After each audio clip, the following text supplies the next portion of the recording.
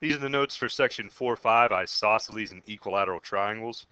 The objectives are I will be able to use properties of isosceles triangles and I will be able to use properties of equilateral triangles.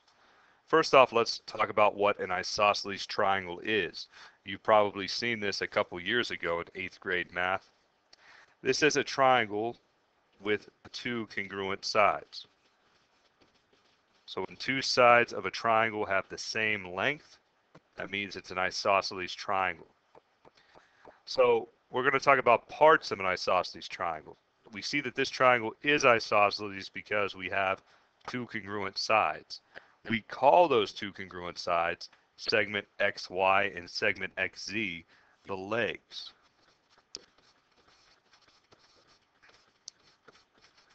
So the legs again are just the two congruent sides.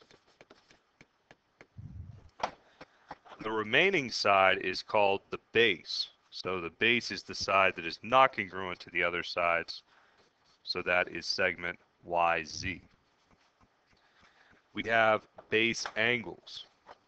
Base angles are important on an isosceles triangle because, as you'll see below, the base angles are congruent. The base angles have one side that is a base. So the base angles are angle Y and angle Z. Lastly, we have the vertex angle. This is the remaining angle on the triangle. Its sides are both legs. So on this triangle, the vertex angle is angle X. So as I mentioned before, the base angles have special properties, which we're going to talk about right now. The base angle theorem says if two sides of a triangle are congruent,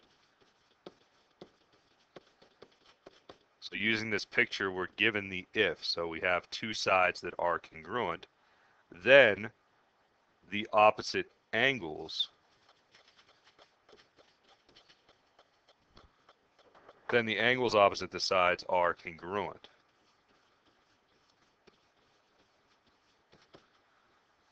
So when we say opposite, we mean the one that's not touching it.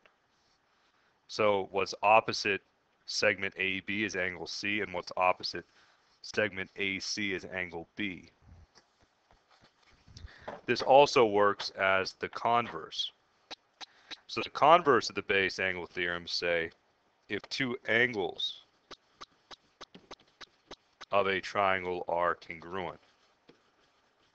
So this time we're starting off with angle B being congruent to angle C. It's not marked on your picture, but that's what we're given. Then the lengths opposite them are congruent. Once more we go opposite angle B, that would be segment AC, and opposite angle C would be segment AB. It's the side that does not touch each base angle. So using our vocabulary, we should have some good understanding using this really big triangle here with a bunch of little triangles inside it. So number one says if RI is congruent to IT, so here's R to I, and here is I to T, what two angles are congruent? Well, we go across. We have angle 3 and angle 1. So angle 3 is congruent to angle 1. So to clean this up, I'm going to erase it now. You should be able to do number 2 on your own. It's exactly the same as number 1. Number 3 uses the converse of the base angles theorem. It says if angle 1 is congruent to angle 6, what angles are congruent? Well, we go across. Across this is the whole entire side, which is segment GR or RG, and across from angle 1 is this whole bottom side, segment GH.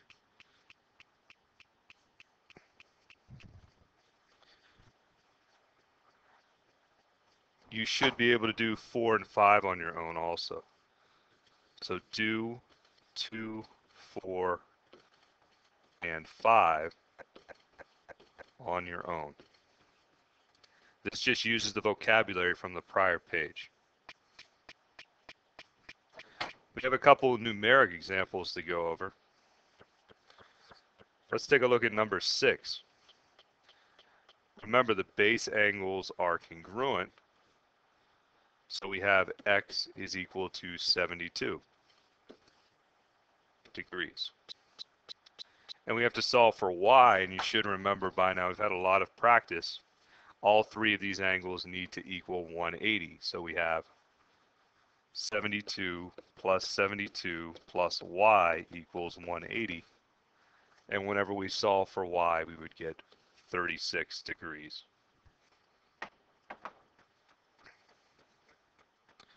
Number 8 shouldn't be that difficult. Just remember that that symbol right there, the box, means 90.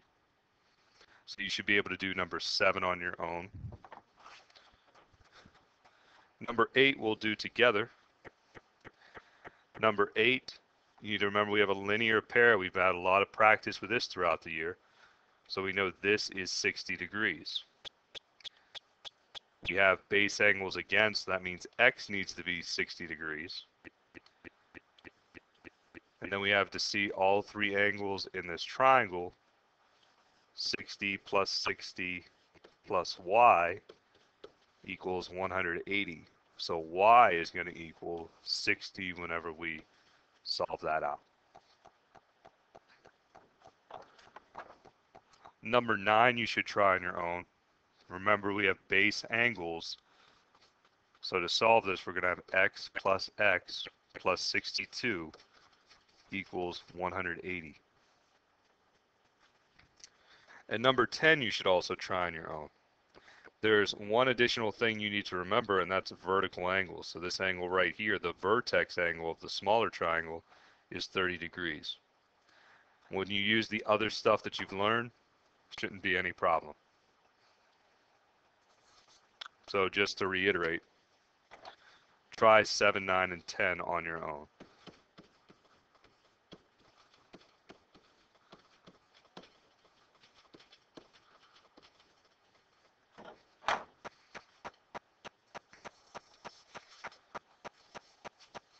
So we've defined what an isosceles triangle is. Now we're going to define what an equilateral triangle is.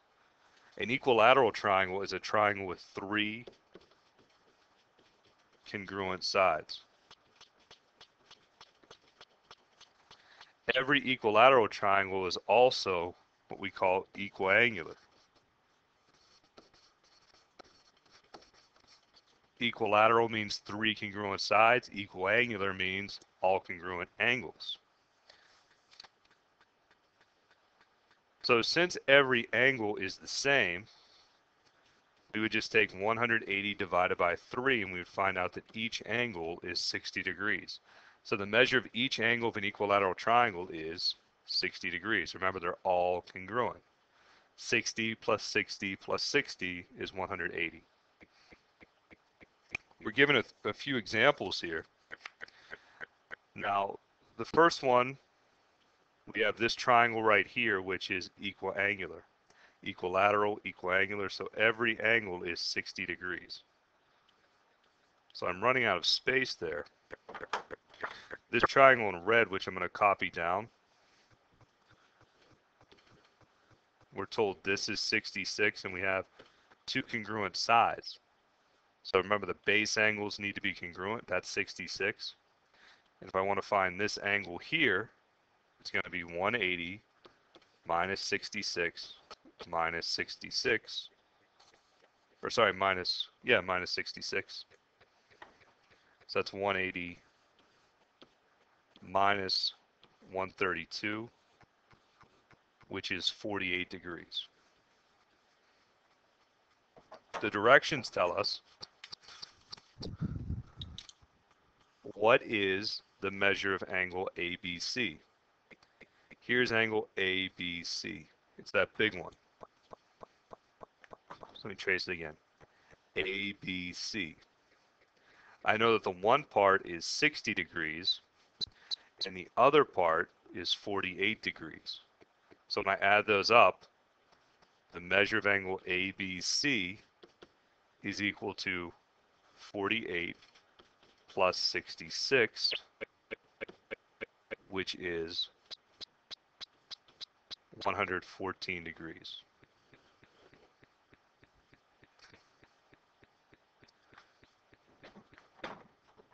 The next problem asks us to find the measures of angles M and N. Well, we have a couple pieces of information. First off, we have two right angles that'll help us out. The next thing is that we have an equilateral triangle, so every angle needs to be 60 degrees in the triangle. So if I'm going to find this little piece here, N, the measure of angle N is going to be equal to 90 minus the part that's not N, which is 60. So the measure of angle N is just 30 degrees. If I want to find out what M is, I'm going to copy this black triangle that I just traced. I just found out that was 30, and I have a 90-degree angle here, and I have angle M.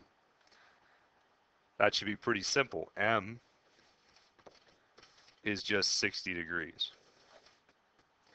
That's because 30 plus 60 plus 90 is 180 degrees. The last problem on here it says a triangle has angle measures x plus 15, 3x minus 35, and 4x. Is the triangle isosceles, equilateral, or neither, which is scalene? Since we're given three angles, we just add them all up.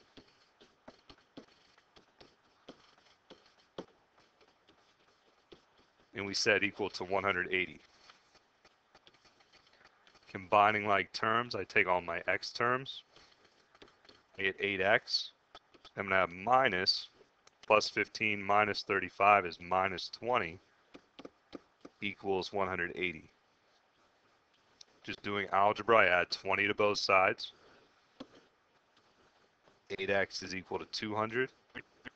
And lastly, I divide by 8 to get x is equal to 25. That didn't answer my question though. Now I need to figure out if the triangles are isosceles, equilateral, or scalene. So the angle measures I have are x plus 15, 3x minus 35, and 4x. I just plug these x values in for all of the places. So I'm going to have 25 plus 15, which is 40 degrees. 3 times 25 minus 35, which again is 40 degrees. And 4 times 25, which is 100 degrees. I have two angles that are the same. When two angles are the same, that means it is an isosceles triangle. So as always, come prepared to class with any questions you might have, and have a great day.